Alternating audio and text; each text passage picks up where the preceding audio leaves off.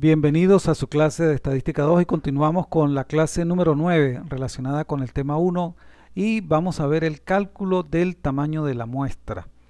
El cálculo del tamaño de la muestra es uno de los aspectos más importantes a la hora de hacer cualquier tipo de investigación. La idea central en que se fundamenta este muestreo, que es para lo cual se hace, es que un número pequeño de objetos, o sea, la muestra, la seleccionamos de una cantidad mayor, de un universo, una población, y reúne las mismas características y casi la misma proporción que el número más grande. Esa es la intención. Para conseguir datos confiables hay que aplicar la técnica correcta al seleccionar la muestra, que es una de las tareas que tenemos pendientes. Y aunque hay muchísimas técnicas muestrales, solo las que tienen muestras aleatorias o probabilísticas son las más adecuadas para hacer generalizaciones de una muestra a un universo. Es decir, cuando tenemos muestras que no son probabilísticas, generalmente, aunque son válidas, pero no podemos hacer generalizaciones de una muestra a un universo o una población. Entonces, solo en las muestras probabilísticas es que podemos tener este objetivo de generalizar hacia una muestra o hacia un universo. Ahora, cuando extraemos una muestra aleatoria, ¿qué significa que es una muestra aleatoria? Que todos los miembros de la población tienen la misma posibilidad de ser incluidos en la muestra. Entonces, empleando la estadística y fundamentarnos en la información obtenida por medio de una muestra, podemos decir cómo es probablemente una población. Por ejemplo, si estamos escrutando un estudio político y queremos saber en Venezuela cuál es la tendencia actual del gobierno y de la oposición, no necesitaríamos entrevistar a todos los millones de personas que componen la población, sino tomamos una pequeña muestra y podríamos estar seguros, si lo hacemos probabilísticamente, de que va a representar y que los datos relativos que tiene la muestra nos van a predecir cómo deben ser probablemente los datos de la población. Entonces, cuando podemos tomar estos datos de la población, podemos predecir incluso cómo van a ser las muestras también al revés, es decir, del método inductivo al método deductivo. ¿Cómo hacemos para calcular entonces el tamaño de una muestra? El tamaño de una muestra depende básicamente de tres aspectos. Número uno, el error permitido. El error permitido significa cuánto estoy dispuesto a asumir de error si el valor obtenido por mí, es decir, en este caso uno de los parámetros, que es uno de los estadísticos, que es la media, estaría diferenciado del verdadero valor del parámetro de la media de la población. Es decir, mi valor de error va a decir qué brecha hay entre el valor que yo encontré de la muestra con mi valor medio o mi promedio y el verdadero valor que tiene la población. En segundo lugar, es importante también el nivel de confianza estimado. El nivel de confianza significa qué porcentaje estoy yo dispuesto a observar de cada 100 intentos. Normalmente se utiliza un 95 o un 99%, es decir, de cada 100 unidades estoy dispuesto a que en el 99% de los casos mis valores coinciden y en 1% no coinciden, y así con respecto al 95%.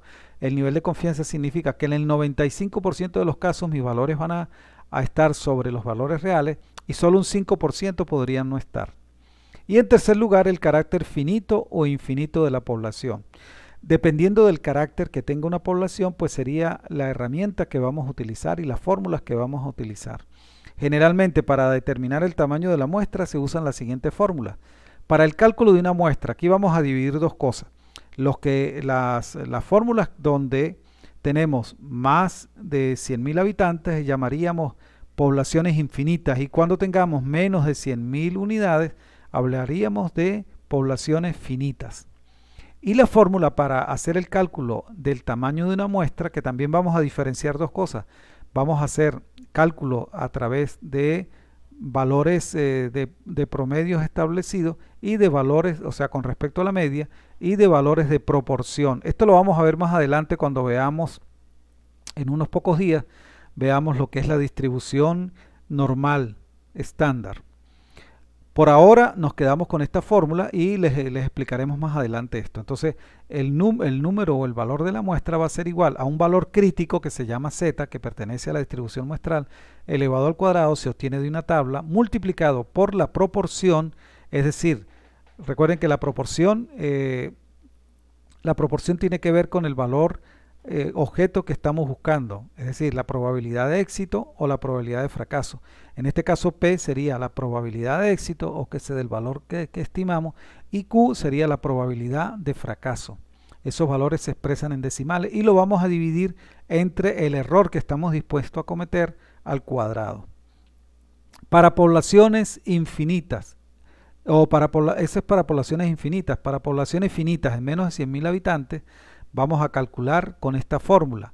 Y ahí están los datos, el tamaño de la muestra, los números de elementos de la muestra, lo vamos a calcular de la siguiente manera. Vamos a tomar en cuenta el número de los elementos de la población universo en una n mayúscula y el valor de P y Q. No es P sobre Q, es el valor de P y Q, que son las probabilidades con que se presenta el fenómeno. Entonces recuerden, P, probabilidad de éxito, Q, probabilidad de fracaso. El valor de z, z al cuadrado. Ahí aparece un z, pero no es al cuadrado. Bueno, ya saben que en la fórmula es z cuadrado, que es el valor crítico. Este valor se obtiene de la distribución normal en una tabla, dependiendo del nivel de confianza. Y el error, que es el margen de error permitido, normalmente lo determina los responsables del estudio o los que están dirigiendo el estudio, que generalmente es un error que abarca generalmente el 4 o el 5%. Bueno, desde ese punto de vista, entonces, cuando el valor de P y el valor de Q no los conozcamos, ¿qué tenemos que hacer? Pues si no tenemos una encuesta para realizar una encuesta piloto que nos pueda dar un primer acercamiento del valor, tomamos el caso de colocar P y Q igual a 50. Es decir, 50% P, 50% Q, o para hacerlo más real, la probabilidad de que éxito 0,5 y la probabilidad de fracaso es 0,5. Cuando colocamos estos dos valores en la ecuación, vamos a encontrar que estos dos valores nos van a llevar al número máximo de muestra que podemos alcanzar, y con eso estamos mucho más seguros. Mientras más sea el tamaño de la muestra, pues hay mayor seguridad y acierto en los datos. Muy bien, entonces aquí podemos ver la distribución muestral. Como ya les decía, la vamos a ver en breve, esta distribución muestral, y aquí aparece lo que es una distribución simétrica, es decir, la probabilidad de un lado es exactamente la probabilidad del otro, por eso la tenemos aquí. Esta medición de 0,475 significa que estamos tomando un nivel de confianza del 95%, y al buscarlo en la tabla nos da este valor. Esto nos permite estimar exactamente cuánto es el valor que vamos a calcular. Muy bien, vamos a hacer un ejercicio, les voy a dejar los demás planteados. Para un trabajo de investigación en una población de 30 millones de habitantes, se quiere saber cuántas personas van a trabajar en el extranjero, con la decisión de radicarse definitivamente en el país. Ya sabemos que en el país hay un buen grupo de venezolanos fuera del país. ¿Cuál debería ser el tamaño de la muestra para un nivel de confianza de la encuesta del 95% y un error posible del 4%? Como pueden ver, aquí nos están dando los detalles de cada uno de los ejercicios. Vamos a aplicarle los valores que tenemos. ¿Cómo hallamos este valor de z? Este valor de z se halló buscando en la tabla el nivel de confianza, como le estaba diciendo. Y como no tenemos el valor de P para poderlo calcular en la fórmula, ni el valor de Q, asumimos un 0,5%. ¿Cuál es el error? Un 4%, por lo tanto es 0,04, y vamos a estimar el tamaño de nuestra muestra. El nivel de confianza generalmente se llama alfa, del 95%, 95.5%, se busca en la tabla de distribución normal y se obtiene un valor de z igual a 2. Ese es el valor, por eso es que z es igual a 2, porque buscamos el valor de 95%. Y aplicamos la fórmula. Si aplicamos la fórmula, nos va a dar que colocando 2 al cuadrado por P por Q y dividido entre el error, nos va a dar que es 625 personas. Una cosa importante, cuando el valor no sea exacto, por ejemplo, si estamos tratando de tomar una muestra de personas y nos da 624,5, obviamente ese no es el resultado hay que redondearlo hacia arriba porque no podemos entrevistar a media persona, tenemos que contarla completa. Por eso es que debemos redondear hacia arriba cada vez que hayamos cálculo de una muestra. Entonces, ¿cuál sería nuestra respuesta? El tamaño necesario de muestra para un nivel de confianza es 625. Aquí tenemos ahora, eso lo hacíamos con una población que es de más de 100.000 habitantes. Ahora tenemos un ejercicio donde nos varían el nivel de población. Aquí lo tenemos, el nivel de población a simplemente 20.000 personas. Como están viendo, entre otras cosas, y se quiere saber exactamente lo mismo con las mismas condiciones. Ahora, si vamos a hacerlo de esa manera, vamos a ver las condiciones que tenemos. Tenemos un Z igual a 2, no cambió el 95%, P y Q, error, todo igual, pero ahora va a cambiar porque ahora es una población finita, entonces vamos a incluir las 20.000 personas en la población para calcular nuestra muestra.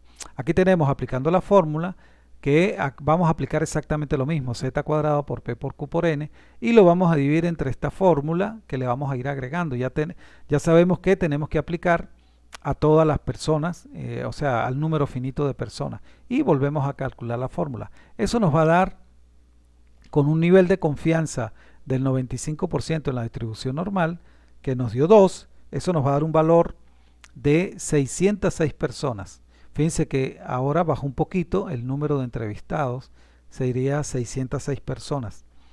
Bien, ¿cuál sería nuestra respuesta? El tamaño necesario de la muestra para un nivel de confianza del 95% y de un error máximo admisible de 4% es de 606 personas. Muy bien, aquí les va a quedar a ustedes para que puedan calcular con respecto al tamaño de la muestra. Eso lo explicaremos un poco más cuando veamos los aspectos de la distribución normal. Por lo pronto les dejo estos ejercicios para que ustedes practiquen y podamos hacer un poco más de ejercicios en cuanto les muestre y les enseñe cómo se realiza una distribución normal. Hasta aquí nuestra clase de hoy, lo demás les queda para que ustedes lo revisen y nos vemos en la próxima sesión, Dios mediante. Hasta luego.